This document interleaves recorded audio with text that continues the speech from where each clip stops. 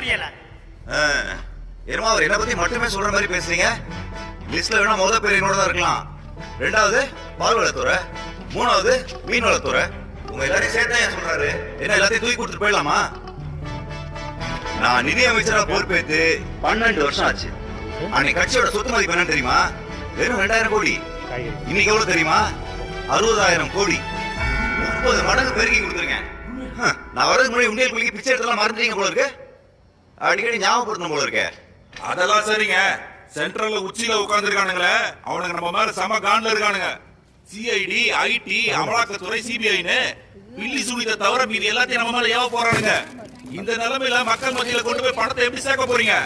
நம்ம நினைச்ச அமௌண்ட நினைக்கிற நேரத்துல அவங்க அக்கௌண்ட்ல லீகலாவே போடலாம். எவனும் ஒண்ணும் கேட்க முடியாது. தலைவரே, இதெல்லாம் நம்புற மாதிரியா இருக்கு? உத்தமன் ஐயா, உங்க மொபைல் கொஞ்சம் பாருங்க.